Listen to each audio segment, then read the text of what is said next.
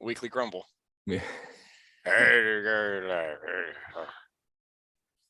Come on, CER. Where's the thing? It's not giving me the thing. Hey, the thing is up. Wait What's a minute. up, dark judges, desperados, and dudes in dick-shaped helmets? You're listening to Cursed Earth Radio, the one and only podcast bringing Dredd to the Dreadless live. Broadcasting outside the walls of Mega City 1 across the Black Atlantic in North America. I'm Cool Johnny Cool. And this is Heavy Metal Kid. We're live at a reasonably early time for our friends in the UK.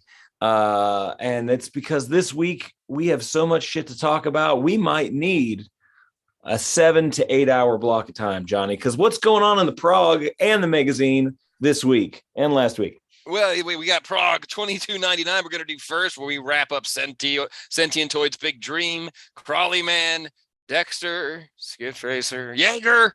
And then after that, my friends, it's Day of Judgment, Judgment Day, zombies, zombies, zombies. We are going to shout, shout, shout, and wiener, wiener, wiener our way through this podcast. That sounded like some sort of a Bay City Rollers song, like we're gonna shout, shout, shout with our wiener, wiener, wiener. I don't know. It's very Bay City Rollers. So I'm sure there's a shouting wiener somewhere in Devlin War. Oh yeah, 100%. We'll get there, but I will say I was really expecting more shouting wieners in Devlin War. But, yeah, we kind of got shortchanged. Yeah, we got short wienered this week, but hey, I'm used to it. while the Prague was the Progs were indeed short on wiener, they were not short on action, and we have so much to talk about. As a matter of fact, this Prague 22.99 was a pretty decent Prague, and we're going to chat about it here. But really, it's just standing in the way of the coolest thing that has happened in 2000 AD. And let me tell you, I wasn't sold on the fucking zombies angle. You know why? Because I'm tired of zombies. I'm sick and tired of zombies. I'm tired of The Walking Dead, Marvel zombies, DC zombies. I don't care about any of them. I'm tired of them. And still, spoiler alert, 2000 AD managed to make it fucking awesome. I believe it was Deceased was the DC variant.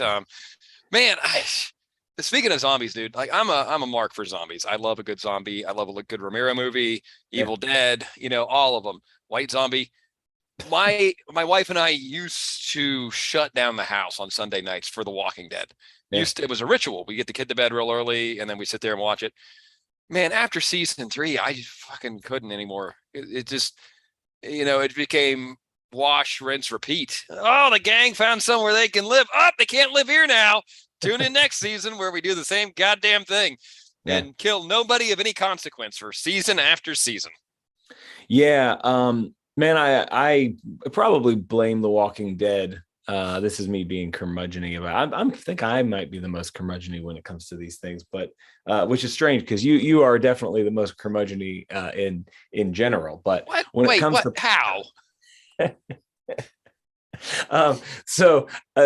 With zombies and The Walking Dead and all that stuff, for me, one of my biggest struggles was watching The Walking Dead create zombie pop culture and being very frustrated by the idea that this thing came out and it was so big and so massive and so many people liked it and connected with it, which was all great, but it started to take over things that I had enjoyed. So, I was a horror convention attendee, and, I was a big fan of this convention, Cinema Wasteland, and it's in Cleveland, Ohio. It's just a drunken party of movie nerds hanging out together. It's the old school guys, and they'd bring in the entire cast of Lucio Fulci's Zombie, the people that they could, or here's they're bringing all the Italian horror, doing all that cool stuff.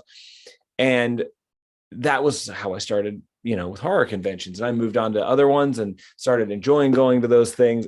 But slowly but surely, they all started getting, save Cinema Wasteland, taken over by Walking Dead reunions. And it's like, I played Bubba Ray Buttfuck for 5 seconds in a Walking Dead movie, and I'm here to sign autographs. And I was zombie number 2, and these conventions just started to become Walking Dead conventions. And you can't blame the promoters for going, well, wait a minute, we book fucking Clive Barker and we get X amount of people, but we book, the dude that plays Daryl and we get 3 times that many. I mean, it just makes sense. But it was like, feeling like the Walking Dead was overtaking that. And then, Walking Dead starts spawning all these other zombie series and all these zombie games and all these cheesy zombie movies, and they're all the same.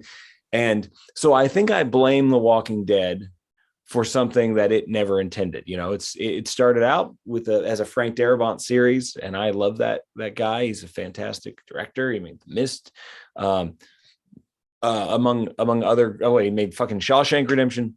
So, that show had good bones. I see what you did there. Unintentional, but I started to blame it, much like we blame Slayer for having shirtless white trash, mean mosh fans, and Slayer didn't want that, I'm sure. But so all that to say, going into this, I'm very cynical when it comes to zombies. Very cynical when it comes to zombies. And so this zombie event made me kind of think, oh God, all right, let's fucking see what they can do with it. Because you're right, Marvel Zombies, Deceased. It was like, okay, I don't need this. Turns out I fucking needed this. But I think I completely understand where you're coming from, because there's something in both of our genetic makeups that makes us recoil in horror from whatever is the flavor du jour or the pop culture phenomenon. If you don't have to dig for it on our end, then it's not worth it. Hey, Mac's in the chat. What's up, Mac? Yo. So I remember we went to the local PopCon. I think it was last year. My wife brought herself into my nerdy world and asked me to put together a Ghostbusters rig for her. And I'd never loved her more in my life. So, I built her whole rig for her, got her flight suit, got her patches. She even put my stage name on her patch. I was so happy. But we're walking around the PopCon, and they had a dude there who was an Andrew Lincoln impersonator. Who's Andrew Lincoln? He played Rick Grimes on The Walking Dead. Okay. So there was a guy there pretending to be Andrew Lincoln, pretending to be Rick Grimes, and he had his own booth and his banner. And I was just going, what the fuck? What has happened? And it just, there's a point when things hit overexposure and I just go, I'm done. I'm out of here. That being said, I love zombie movies. I absolutely, sure. But as The Walking Dead came out, there was this glut of zombie, everything they had. And most of them were not good. Yeah. Can you imagine getting your photo taken with the Andrew Lincoln impersonator who's then dressed like Rick Grimes and trying to explain that to someone when you show them the photo that you paid for? That's like third party don't give a fuck. I had a moment with like that. And again, man, I think it's cool if somebody's in movies or whatever. But I did have a moment where I was at one of those conventions and I walked up to somebody's booth. And it was a Walking Dead person. And then I won't obviously mention their name, not a dick like that. Because, hey, they're probably out there having a blast at these conventions. But I walked up and I was like, just looking at what they had, looking at their stuff. And, I was zombie number 1 in one episode, right? Big banner. And then I looked at their table and they had this, selling autographs and selling glossy photos. And they had this list of movies they had been in. And it was actually, kind of impressive. And it was like, all these things. And one of them said The Crazies. And I went, oh, shit, man, you were in the Crazies remake. Cool. Like, who were you? And this person pulls out. He was catering. They pulled out an 8x10 glossy of 3 people in gas masks and like military raincoat shit. And they go, I'm this one.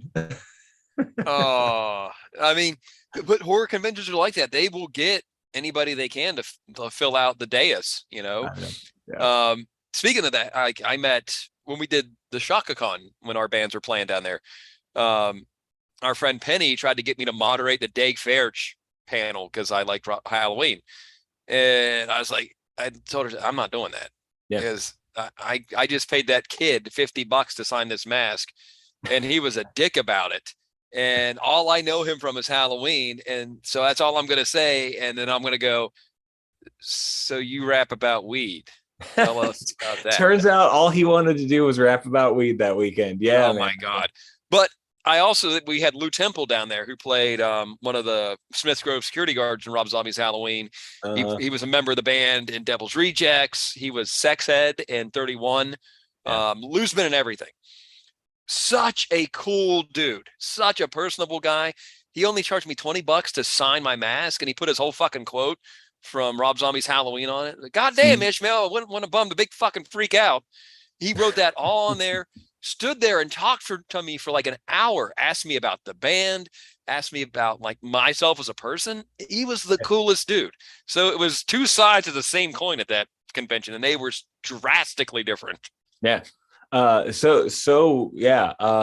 once in a while you meet some cool motherfuckers at those things. I got to be the once get to be on a moderate, like a panel with Vernon Wells, the dude from from Mad Max, And Commando. And Commando. And I'll tell you what that guy was interested in. He was interested in fucking. Well, he's interested in fucking and partying, and he did not give a fuck about he was having a blast, but he was just like, when's the fucking orgy start? That's what Vernon Wells is about, man. Hey, at least he's out.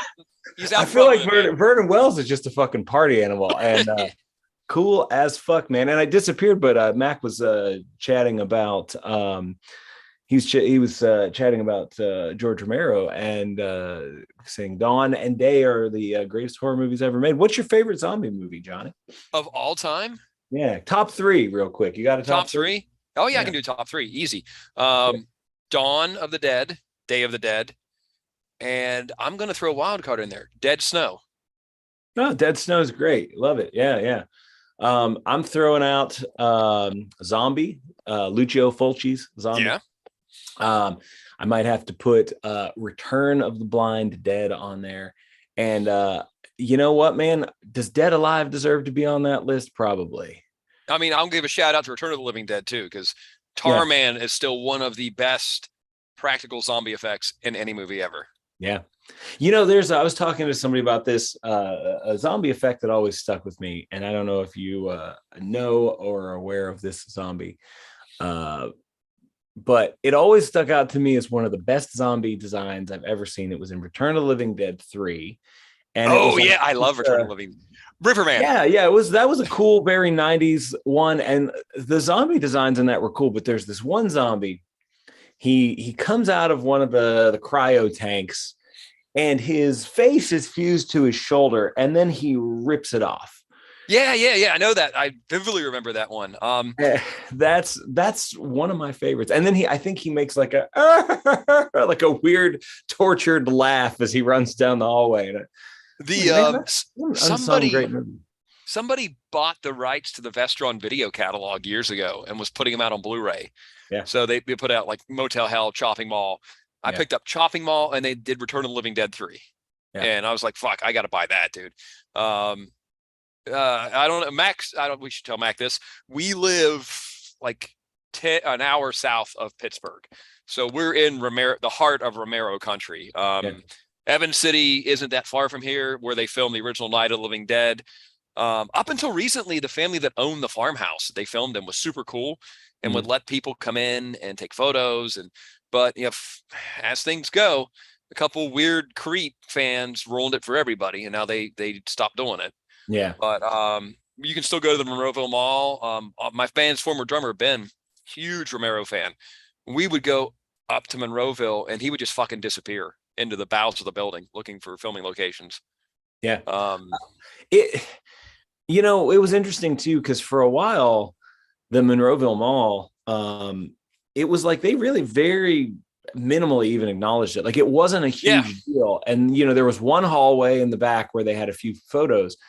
But it was interesting. Like you could definitely see how The Walking Dead and the zombie pop culture boom impacted that, because what ended up happening was, it was like, I went way back before, like I said, it was in that weird lull. Horror wasn't real popular, because I'm 40. So there was like, you know what I mean? It was way back, maybe like the early aughts. Yeah. And all they had was a couple photos, and then the big zombie thing happened, the big pop culture boom happened, and all of a sudden they open up a zombie museum in the mall, and it kind of like embraced what, like, hey man, this makes sense to keep our mall alive. Let's like there's embrace money a little here. bit of this history. Yeah. Well, So that museum was originally at Monroeville. It was kind of shoddy. They yeah, shut it down, moved it to Evans City, which yeah, is like an hour, 45 minutes north. And they had it near the actual cemetery from Night of the Living Dead. yeah, And then they brought it back to Monroeville. Like the mall brought it back because, money. They yeah, they figured out that these horror geeks will spend money at this establishment if we actually acknowledge that it was filmed here. Because forever they would like, oh yeah, Michael Keaton's from Pittsburgh and the Steelers, and no, we don't talk about the zombie movies. yeah. Actually, Land of the Dead, the fact that Romero named Dennis Hopper's character Kaufman was a fuck you to the city fathers, because they wouldn't grant him filming permits to do a lot of exterior shots in Pittsburgh. So they did a couple establishing shots, and then they had to film the bulk of it in Toronto. Wow. But he named Dennis Hopper's character Kaufman and made him the big shitbag he was as a fuck you to Pittsburgh, the founders. No, I didn't know that. City fathers. Yeah, man. I think they finally, like, Pittsburgh has finally started to realize that, because like you said, there was definitely a time when horror was just considered schlocky bullshit. But, they're even celebrating, like Tom Atkins lives in Pittsburgh. Oh, yeah. Celebrating Atkins over there. And, he'll do little stints at the Warhol where you can go in and watch a movie with Tom Atkins and watch. Oh, we watched Halloween 3 with Tom Atkins. We did. Yeah. Yeah. I guess all this goes to say that the whole zombie thing, for me was like definitely something that had an uphill battle because I've got zombie fatigue. Yeah. But the fact that, and we'll get into it, but it's so well done is a testament to 2000 AD, because everybody's doing the same shit. Everybody's doing zombies, and 2000 AD faced the danger of feeling late to the party, but no, they were right on time. And turns out you can hold on to your consciousness as a zombie by being a giant dick about it. But we will get to that. So do you want to just do Prague 2299 and as a one shot and get it out of the way? Because it's not tethered to everything about it. I mean, really, we're just here for the continued story of our favorite man, Sentientoid. Never have I been able to relate more to Sentientoid than this final chapter. And yeah. I mean, he feels besmirched and belittled. And no, that wasn't my plan. My plan was this, you dicks. Oh, who knew 2080 was going to make me feel empathetic for a psychotic soft killbot?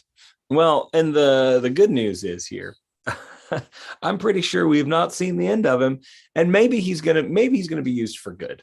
He's gonna be rehabbed by Burrito and the horse. God damn it!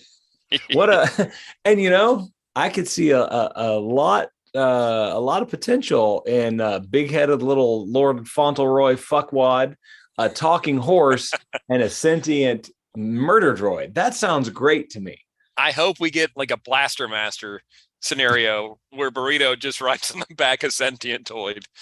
Man, I fucking hate Burrito, and it's purely me body shaming this thing for being a fucking weirdo. Like, and I can't exactly pinpoint what it is that Burrito rubs the wrong way with me, but man, I don't like Burrito. But I think that's a part of the dynamic that's going to be healthy for me here. Well, lucky for Burrito, he's got a talking horse. And God, yeah. As we know from our last episode, that's a really good end with you. You bring in a talking horse, man, and I'm on. So this unlikely fan favorite Sentientoid, he's had a good run. If they would have ended it here, we would have been sad, but 2000 AD sees the potential in this. They see that the potential to market Sentientoid to young children with Young Sentientoid, the series. They know what's up here.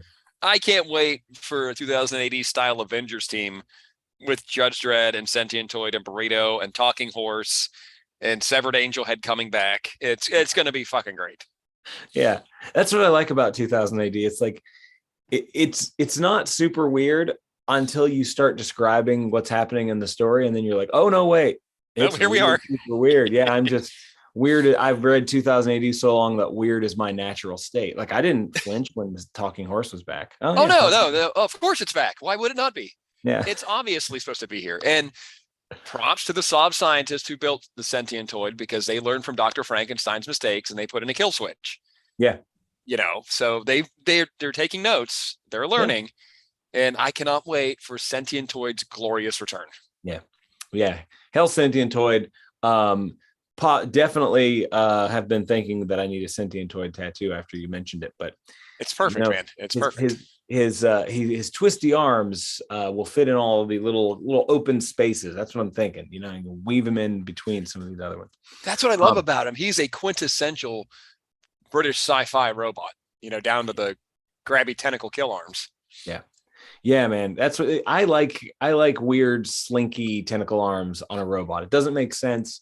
And it is so super British sci-fi, going all the way back to Mean and his little tentacle fingers that he used to sport there.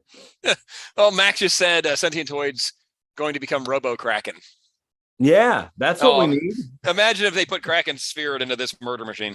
Oh my God. Don't tease me with that too. It'd be like, you put your chocolate in my peanut butter, sir. It'd be that kind of thing for me. My two favorites.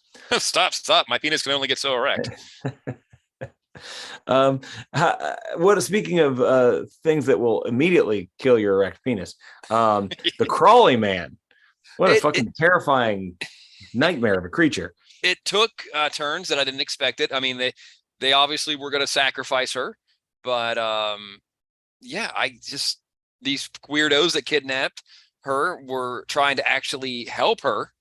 We didn't know that, but my God, that when fucking Crawley Man shows up and punts Keith's head for distance, the look of shock and surprise and just general sadness on his face was hilarious, unintentionally so. Yeah, that was the turning point moment where I really like the Crawley Man. I thought this was cool, and I like these characters. Like I could hang out with this guy and his demon dog. Certainly could hang out with them for more progs. I really enjoyed this. But when it leveled up is exactly that moment when Crawley Man pops in and knocks this dude's head off and just reminds you that things are never going to go the way you think they're going to go. Oh, these guys are good. Okay, cool. Yeah. Oh, and they're still dead. Okay. I love just abrupt hyper violence out of nowhere. Yeah, this was cool. And like I said, I really do think at some point there are like a few characters here. I mean, the as they walk away at the end, where she's like on his shoulders, I'm like, that's a team that we could reprise for another story. A demon summoner, a hellhound, and a creepy weirdo. Yeah. So yeah, this was great, man. I really enjoyed the Crawley Man, and Tharg's Thrillers. You never know. It's like it's a dangerous game because if it's like a Future Shock, it's one and done. With the Tharg's Thrillers, man, if you get into the second issue and it's still not hitting for you, it's like, oh God, I got to wait for this thing to come back and get through it. But no, this one was all three issues very well done. Crawley Man is awesome and did deserve a cover image 100%. Agreed. I think this is the Tharg's Thriller that I've liked the most since Red Road. Yeah. Oh yeah. All the mighty Red Road, man. We will never ever let our listeners and 2000 AD forget that Red Road is one of the best things that it had the most potential, and it's been forgotten by so many, but we're gonna ring that bell until it comes back. Yeah, I mean, we have to be the only podcast talking about Red Road at this point. Yeah, this far in, probably. Then the prog takes a dark turn for Dexter. Only dark because I didn't read it. Here, oh, you didn't? No, I'm done. Here's what I want to do, and I genuinely want to do this. I want to get somebody on this show that is a fan of Sinister Dexter. Yeah. And I want them to present their side, because we are not the podcast to present that side of Sinister Dexter. Mm-hmm. It's not landing for us. I want to love everything in the prog, but oftentimes we don't. And since this is one of the most maligned stories for us, I want to get somebody on here with another viewpoint. And I want them to talk about Sinister Dexter. Yeah. And, maybe the person to bring on would be Dan Abnett. And then not only can we talk to him for a couple minutes about Sinister Dexter, but we can talk to him about literally everything else that he's done, which is amazing. We can talk to him about his Warhammer fiction. We can talk to him about Out. And it's weird, man, when you're one of your favorite guys, and he's really, really one of my top favorite guys, does something that just is inaccessible. But here we are, and we're here every week. And, whoever that person is, say we can't get Dan Abnett. Maybe we could bring someone on who also enjoyed Skip Tracer, because that was not me either. So, hey, seriously, if you're listening to this podcast and you are a fan of either of these two stories, get in contact with us. We will figure out a way to get you on the show to present your side of enjoying these two stories, because they don't land for us, and we desperately need a good opinion of these stories on our show. Sure. One panel summed up the entire Skip Tracer, and that Skip Tracer is over. Series has ended. Everybody got a Wizard of Oz happy ending.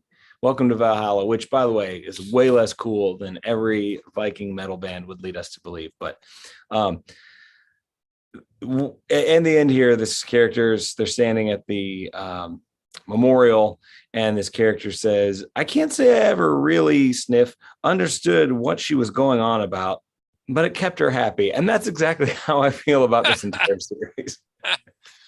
Oh, man. So why does she get to wake up in Valhalla as her younger self when she lived to be old?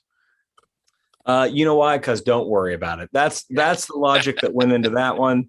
I agree. How pissed would you be if you wake up this fucking, like grandpa fucking vest here, who's like, "Oh, well, at least I ended up here," and then she dies of natural causes and ends up back with her Afro puffs, little teenager.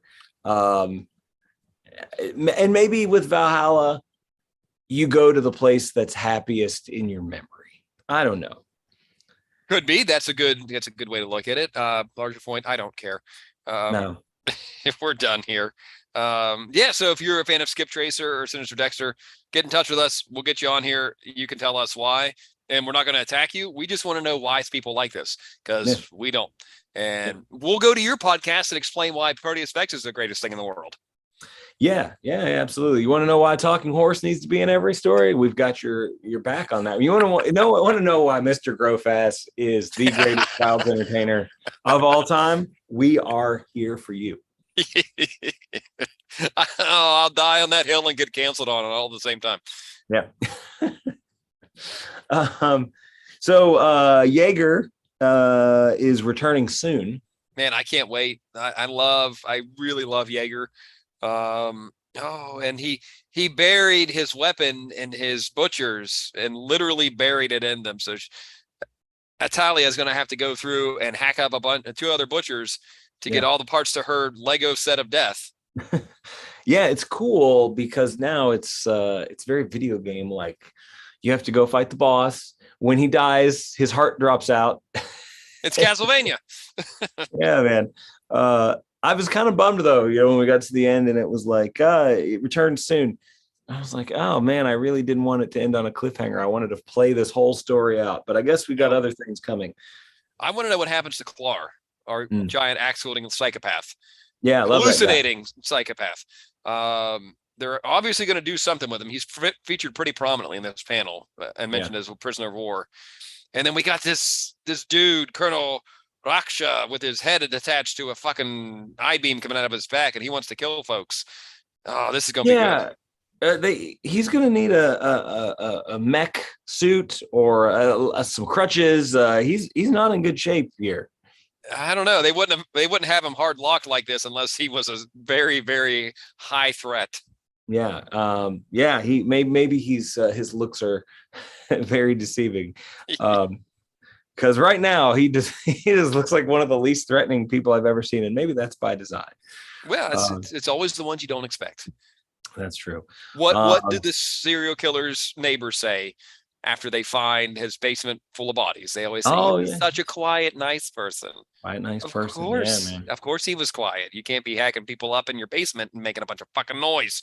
And that's the problem. It's never as cool as you think it would be based on the movies that we watch. Never has anyone said, "Oh yes, we knew it was him because he, was always wearing a bloody apron made of human remains." No, it's always, "Oh, he was dressed like a delivery man."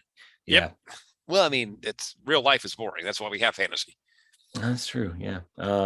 And man, I felt like for the next the next prog and magazine, we had a perfectly executed bit of like fan servicey, but not completely ruled by fan service. I mean, it was filled with fan service, but not completely ruled by fan service. Fantasy horror tale right at the perfect time, right around Halloween. In this whole, I don't even know, was it just Day of Judgment? Is that the entire crossover? Yes. Yeah. This cover is amazing. We should probably shout this cover out by Cliff Robinson and Dylan Teague. I like that they graffitied up the 2000 AD logo there. And I mean, whenever you put Johnny Alpha next to Judge Dredd, that's money. Dude, it's first of all, if you can show me a bad cover Cliff Robinson and Dylan Teague did, I will call you a liar because they obviously didn't do it. They have never done a bad cover. Fucking amazing team. And you've got everybody on here. You got Bad Company. You got Ace Trucking. You got a Sob Judge, Sinister, and Dexter. You got Rogue. It's just everybody. Fucking everybody. So are we going to get into it? Let's get into it, man. Let's get into it. I guess we'll go ahead and start with Day of Judgment prologue. And this artwork, man, is it's your Henry Flint artwork, but it's that it's like Henry Flint's got a couple different sides to his artwork. And this side here, to me, is the same side that drew Vex. It's Dude, that, it's kind of that like, I don't know, like indie comic vibe that he does that I really like. And sometimes you get a different version of Henry Flint, but I like this Henry Flint. It puts me a lot in mind of Keith Giffen's work on Trencher, but a little bit more controlled. I love it. Henry always puts so much energy into his art. It always feels like it's moving. I love it. Let's talk zombies. It's interesting. We did not get a backstory. I mean, we got a description enough, right? Like, Sabat, a necromancer from the future. He brought everybody back to life. There you go. Well, I mean, it all spirals off a story called Judgment Day that it's in case file 17, I think. I was going to buy it and read it. So we're hearkening back to that, and we're getting an alternate timeline where they pick the wrong decision to get Sabat. Instead of sending the kill team in with Dredd, the Sob judges vote for the bombs, the warp bombs. And Johnny Alpha says, "Please don't do that. Don't do that." And the Sob judge convinces all the other judges that this is the right way. And Alpha he goes, "Yeah, you know what, guys? Fucking do what you want. I'm leaving." Yeah. And sure enough, Johnny was right, because when they warp bombed Sabat out of their reality, it flung his infection through all the other realities, because the multiverse thing is hot right now. Yeah. And the idea that 2000 AD is taking something from case file 17 and finally bringing it back, like, again, it's enough for the reader like me. So I wasn't aware at all of where this originated, right? Also, because I'm a dummy and I don't read the beginning of the progs. But I like to just go in completely unknowing. But you get that little blurb and it's like, oh, okay, we just need that to get us here. But then no, that's cool, man. You can go back and there is an entire story leading up to this that just happened to happen 30 years ago. So Yeah, you see Max shouting at you in the chat. Yeah. So they launched their giant eggplant bombs here. And of course, Dredd bends to, in this story anyways, like he just kind of goes with the flow, which is very undread like. Yeah, even he says, was ready for this to be a suicide mission, but if there's another way, yeah, I mean, if I don't have to die, I guess that's also a viable decision.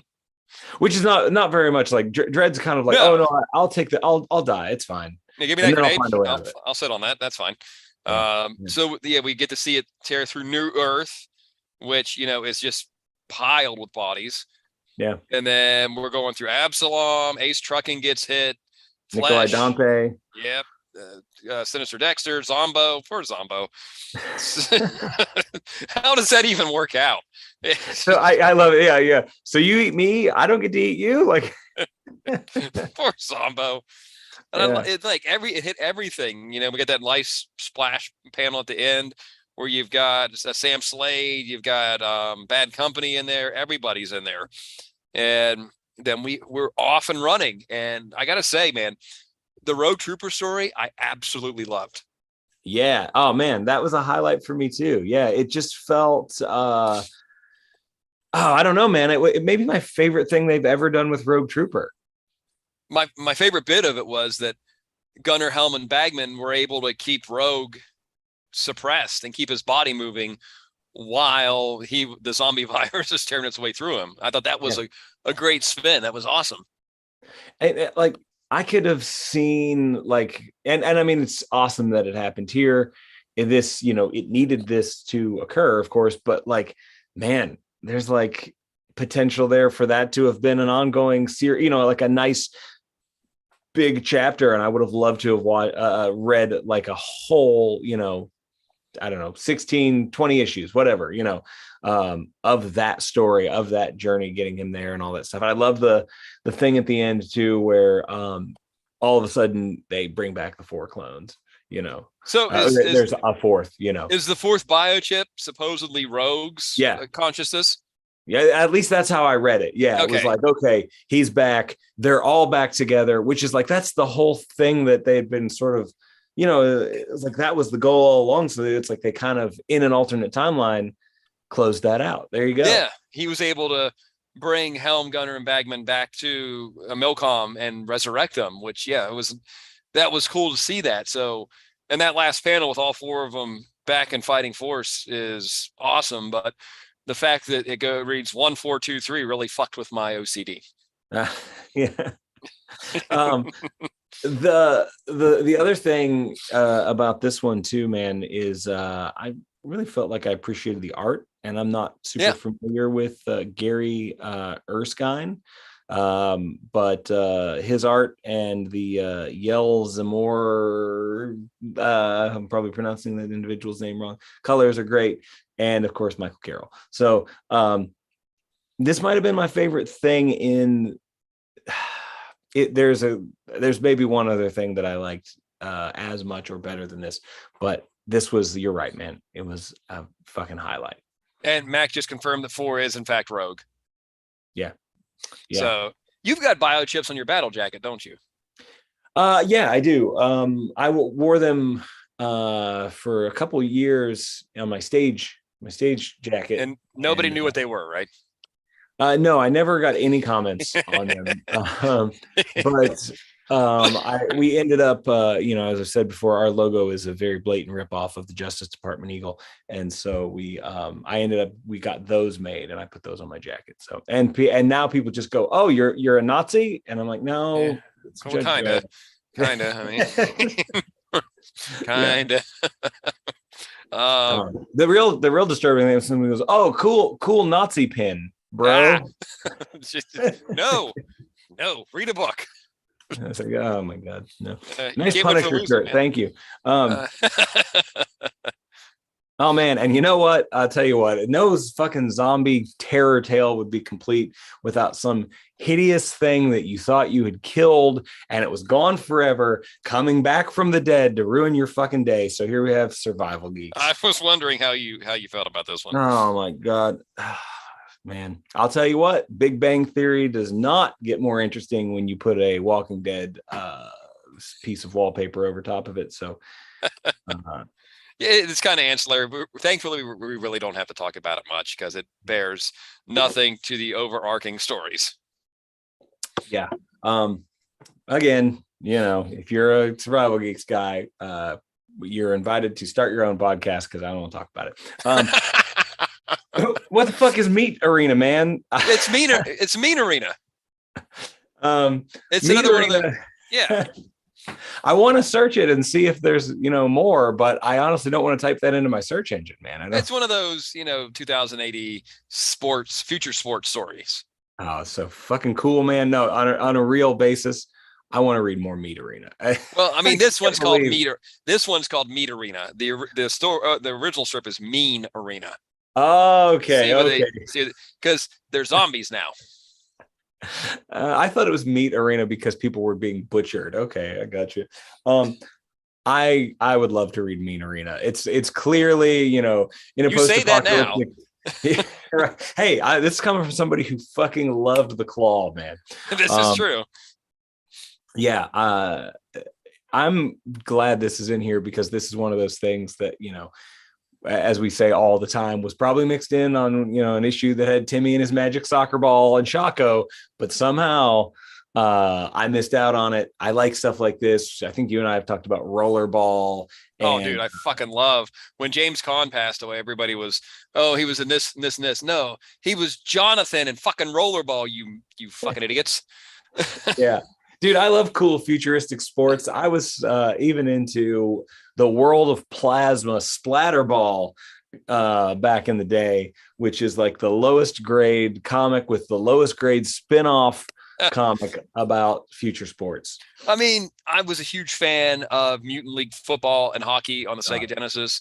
I love I like sports, but I don't want to play simulation sports games because it's fucking boring. That's why I like NFL Blitz and NHL Hits. That's why I like Blood Bowl. That's why I like Mutant League and all that shit. Anything where you can take that boring sport and make it hyper violent, I'm all for. Blood Bowl is now you're speaking my language, man. Dungeon Bowl too. That's something I haven't gotten into, but I'm very interested. So, yeah, man. So Meat Arena was a good time all around. I'm not familiar with any of the characters, but it still ended up being a very enjoyable read for me, and I feel like you get the gist of it. Yeah, what's going on. It's a strafe run. You get to buzz the target and you see, oh, there it is. Okay, I got it. Yep. So we got Sinister Dexter as self-aware zombies who are still gun sharks, but they only accept payment in meat. Yeah. Yeah. There's that. And honestly, this one I did read through, and it was like, it's like, because we're doing this, because this is affecting the entire 2000 AD universe, which is a fucking cool idea. Everything's going to be touched by this. I don't, it's like very helter-skelterish. It's very cool. I like it. And just the fact that I know enough about Sinister Dexter to read through this and go, okay, they're zombies. They're doing what they do. Now they're zombies. I appreciated this probably more than any other Sinister Dexter outside of Bullet Time, which we loved. But I was like, okay, my time reading Sinister Dexter has bought me the ability to enjoy this more than I would have. And you knew who was who. Yeah, I did. I'm getting there. When you turn them into zombies, though, it's a little bit more confusing yet again. So yeah, not a whole lot to say. What about what the Anthony Circus? Yeah, investigates. Are you familiar with this? I am not, but I loved Israeli's art. So yeah, weird, cool art. I feel like one of the best parts of this prog, as far as artwork goes, one of my favorites is when they're in the trench and they fire the flare gun up in the air and it reveals these terrifying zombies. I thought that was cool. I loved the action scenes. I like the setting. I just not being familiar with this. I'm sure the fact that he's a zombie at the end is a big reveal, and the fact that they're eating the monarchy, I like that. um, but yeah, having no understanding of this character, it was still enjoyable. The artwork was fucking amazing, and then it leads us to the most excited I was in this prog. Oh, really? You weren't in with Robo Hunter? Oh no, that's what I mean. The most excited. Oh, okay, good. This prog. Yeah. Robo Hunter definitely highlight for me. Just from everything from the artwork, which feels very, very much like it's from a different time. It feels very back to Inferno, and when they were doing this amazing looking, like painterly-ish kind of art, super muscular, super gory, all our favorite things going on here. I love that Sam Slade is now been slayed. And oh man, you got Hoagie and Stogie. I love Robo Hunter. I love it for everything that it is, and I love it even more because it's now a crossover with Intestinauts. And in my heart of hearts, they were able to save Sam. He got the antidote in time. Yeah. And from the makers of Intestinauts, so we're good. I love the fact that Stogie was so terrified he couldn't fucking speak English. It was just such a great little like 6-pager. I loved it. Oh man, it was the by far the highlight of this of everything. As amazing as the final closure to this was, and it was fucking amazing. This made my day. It was it's here. It's 11 a.m. when we started this podcast, so I woke up. I had my morning coffee. I read this and I smiled, and it was just 2000 AD bringing me joy and excitement. So yeah, man. And chat is saying here that it would have been cool to have Ian Gibson come back to draw Robo Hunter. Yes, 100%. But Toby Wilsmer did a hell of a job. Yeah, definitely hell of a job. A throwback to that mid 90s, 2080, where the stories weren't great, but the art was fucking fantastic. Yeah. Yeah. And that's no slight to this story though, because this was cool. Yeah, I want, why don't we have Robo Hunter? Is there some reason we don't have Robo Hunter in the prog every week? I'm going to let Mac answer that. He'll have a better answer that I can conjure up right now. Yeah. Man, I love Stas Johnson's work on the Strontium dog, Dead in the Dead Doghouse story.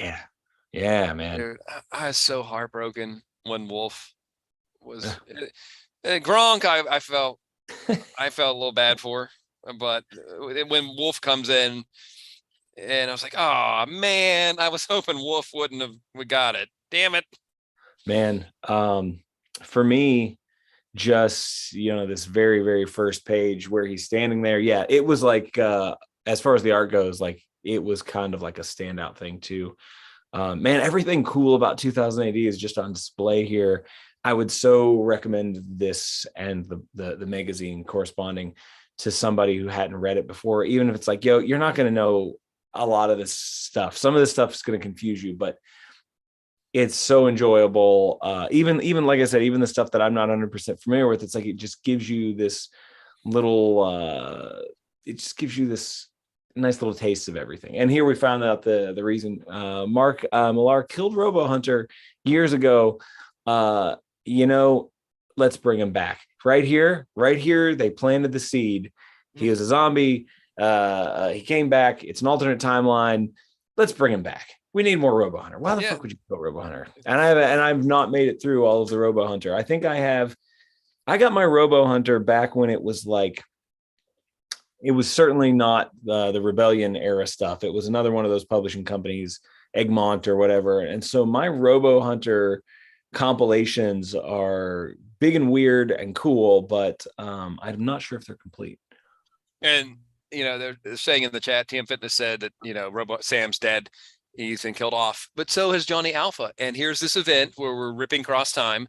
What better time than now to bring both of them back to active duty. We can Oh, blame it hey. on timeline causality. I don't care. Yeah.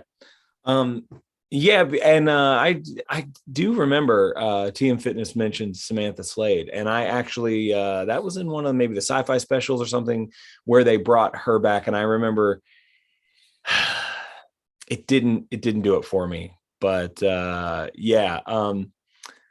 And Robo Hunter, how serious is Robo? You know what I mean? It's like I get like if they kill off Dredd, however they do it, if they do some shenanigans that make that Dredd come back and be upset. I understand with, Strontium Dog stuff, we've kind of like that was a big thing and we fucked up there probably, but we made our decision. But Robo Hunter, I feel like, and maybe I'm sure most people in the chat will agree with me. Like we can bring that back. It's fine. It doesn't need a big. It doesn't need a big explanation. It's just like, okay, it's fucking back. There you go. I'm right there with Johnny Alpha and SD. They've said that he's dead and we regret doing it, but he's dead. Now he's not. Here's your chance. This is the one time I will allow 2000 AD to pull some Marvel bullshit and put those two characters back in action. Man, it is kind of rough because I mean, obviously, we're still getting these characters, right? They're still finding ways, but it is in some ways, and I know a lot of people go back and forth with 2000 AD through the years, but there's some bit of like an integrity move in going, nah, man, yeah, we fucked up and we can't. So we're gonna just do what we can, but they're keeping these characters dead, and I respect that. But man, at what level are we going? Like, all right, and I don't know how it's the deal with creator rights and all that stuff, and yeah, and Mac's clearing that up. God, Mac really just needs to be part of our show, man. Wagner and Gibson won't do it, and that's the thing. If the creators are saying they don't want to do it, that's. Yeah. But I'm a mouthy fan. Give me the thing I want. Yeah. Well, and do we I guess we respect all creators, right? I mean, it's like not the fact that to me and you, we're looking at Robo Hunter going like, come on, man, like the death of Robo Hunter is not it was never super serious. You can bring him back. But if the creator's not interested in bringing him back full time, then I guess that's a thing. But yeah, I don't know. That's the integrity of 2000 AD, though, right? Because if that happens with DC or Marvel or anything else, fuck you. We need money. We're bringing them back. Nobody cares about the integrity of those characters, but Rebellion's like, all right, yeah, we'll leave them dead. It's fine. As long as I get stuff like this where I can see him again every now and then. Yeah, man. Him later on, we get him working with Anderson. Man. Miss this character. He's an awesome character. Very much so. So apparently Joe found the cure for zombification, and that's just be a dick. Now, a bunch of shit has happened to Mega City 1 over the years. Yeah. This might be one of the worst things that has happened to Mega City 1. Oh, yeah, man. This dimensional infection. And you've got zombie versions of other badass characters fucking around in Mega City. You've got zombie bad companies, zombie VCs. It's not like Joe wasn't probably trying his best. That's the thing. Like, I know Joe's the villain here, and his iron stubbornness to realize. And man, it's just this amazing metaphor of like. Joe can't accept when something doesn't fucking work anymore. Hey, Joe, you're dead. You're a zombie. No, I'm not. Dude, you're a fucking zombie. No, I'm not. I'm still on the job. I got work to do. It's like, things are going to shit. He's just desperately trying to hold it together. And man, there's one of the most poignant statements in this story. And it actually comes a little bit later, but while we're talking about it, there's a point where Anderson says it best. The Dredd I knew was probably never a good man, but he never took the easy way out. Others backed off from making the really tough calls, but never him. And like, coming from a character like Anderson, somebody who's been there from, pretty much when it started to become more of a serious thing. Her assessment of Dredd, and being able to sort of say that in such a perfect way, like that is Dredd. That's the perfect take on this character. And here he is just refusing to admit that shit doesn't work anymore, as he's been doing for quite a while, with this creeping understanding, especially after Fargo said it was never meant to be forever, Joe. Yeah.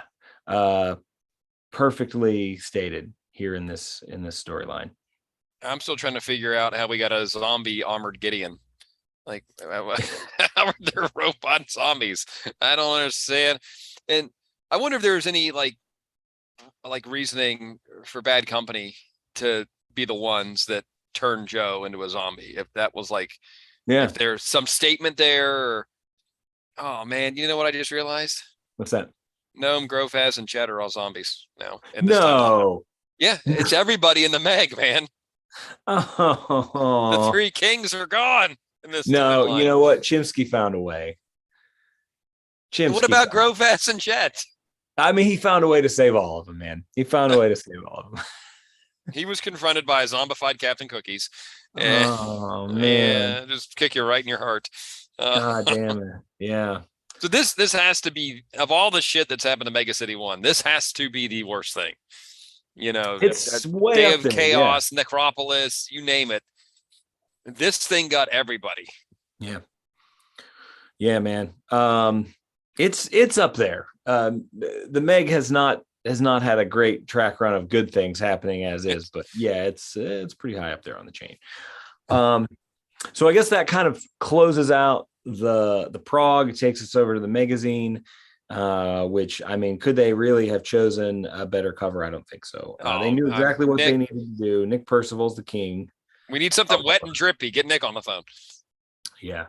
And we've seen a lot of stuff where, like, we've seen Zombie Dredd before, and that was one of the greatest Dredd images of all time is Zombie Dredd as drawn by Brendan McCarthy, where I think he's like those real like bright colors, and I think he's eating a brain.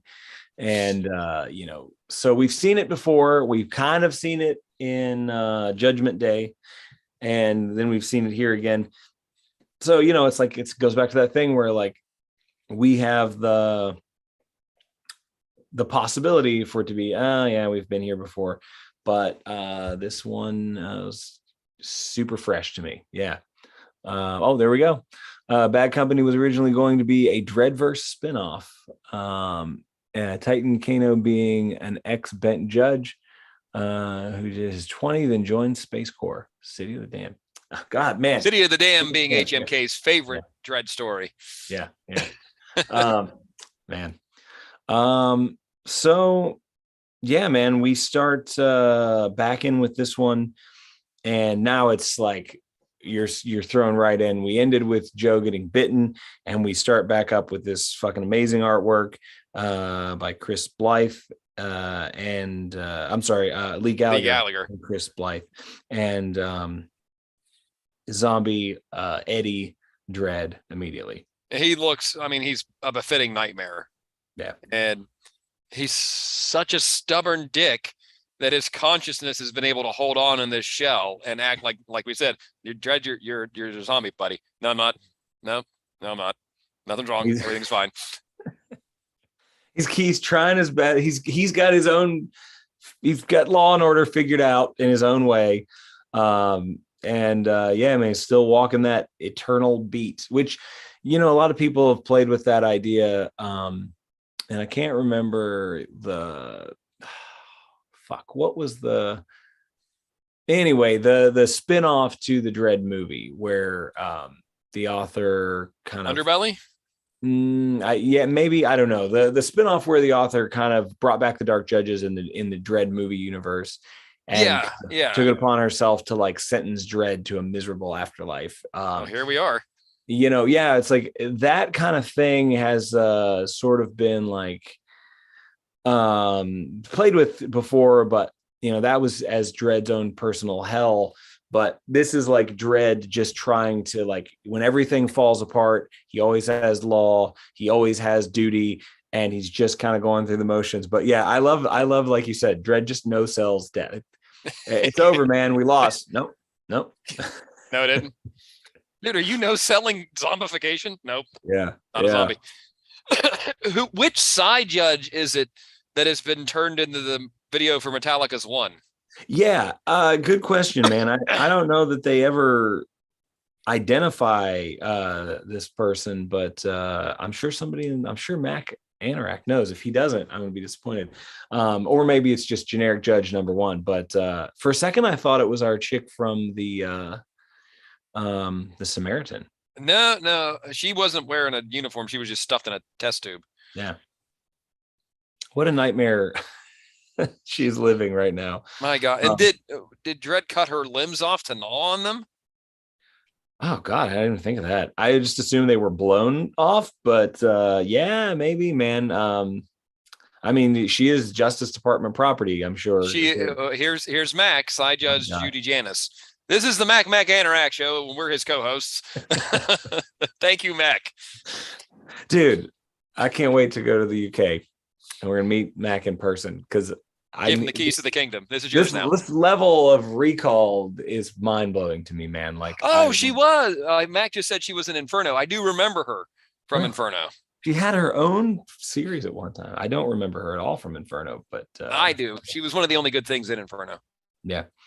You know what's cool, man? To see that Bad Company throat rip on Dredd twice by two different authors here, because it comes back a little bit in this big splash page here at the end. It is just cool to see that same scene drawn a couple different ways.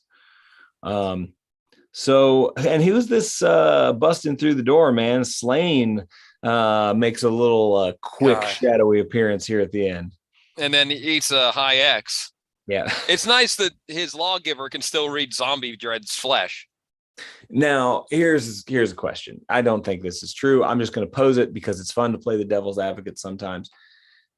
Was this, I'm sure it wasn't, man. I don't think these artists and authors are throwing shade at one another. I don't know Ken Neiman's relationship to Pat Mills, or, was it an edict? I don't think 2080 does this shit either.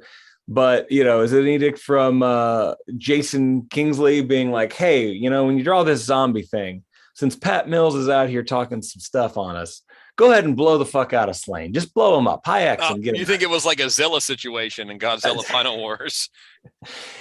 I don't know, but, I have, and I actually forgot to mention at the beginning, and it works out just fine. That I did because, I noticed that just recently Pat Mills has re-released his Be Pure, Be Vigilant, Behave book, and it's basically 2000 AD history of how Pat Mills came into writing. And it's fucking fantastic, by the way. The audiobook is fantastic. It's really short. It's read by Pat Mills. You can hear everything in his own words, but they just re-released it, and new chapter. 45th anniversary edition, and there's a quote in the ad that says this, and man, Pat Mills knows how to sell. It says, I wasn't prepared to drop my standards, to be quote unquote realistic, and to put up with second best work, either from myself or others. Consequently, in its 45th year, I had to finally and reluctantly get my coat and exit stage left, as so many other well-known 2000 AD creators have done before me, for similar reasons. He pulled a CM Punk at the media scrum. He did, man. And so I saw that, and then as we're reading this, all of a sudden they're making fucking Slain just, he's gone, he's exploded. And is this like both parties being like, all right, have a good one?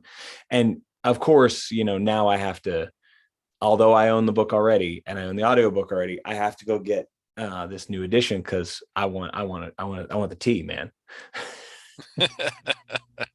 But I really kind of need some explanation as to why that last Slain was not good.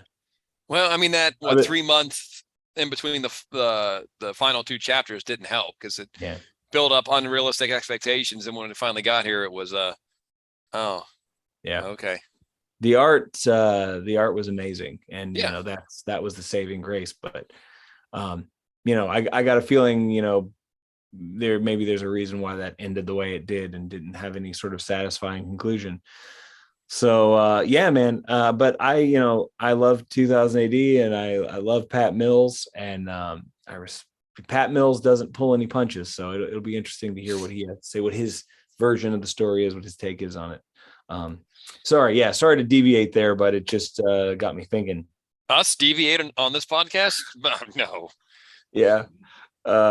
So many good panels of artwork here, man. So many little, again, for people who've been reading for a while, there's still probably tons of things that we're missing that were put in here just for people like Mac and other people in the chat who've been there way longer than us. But it's still fun to look at. Yeah. So now this entire magazine, man, I didn't know this was also going to be, the whole magazine was going to be affected. And I thought that was really super cool. But now we're just gathering our team to go. We know that Dredd's in Mega City. He's our end game. Not to go get his help. He's way past that. He's gone. But we're gathering our team, and we're gathering our team through a series of different stories, which is cool. Johnny Alpha's got to scour the world for the last survivors that can help him dethrone Dredd and fix the world by blowing the shit out of it. Right.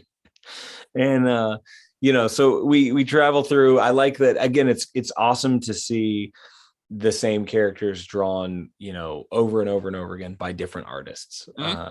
It's exciting to go through and just kind of enjoy everybody's art style.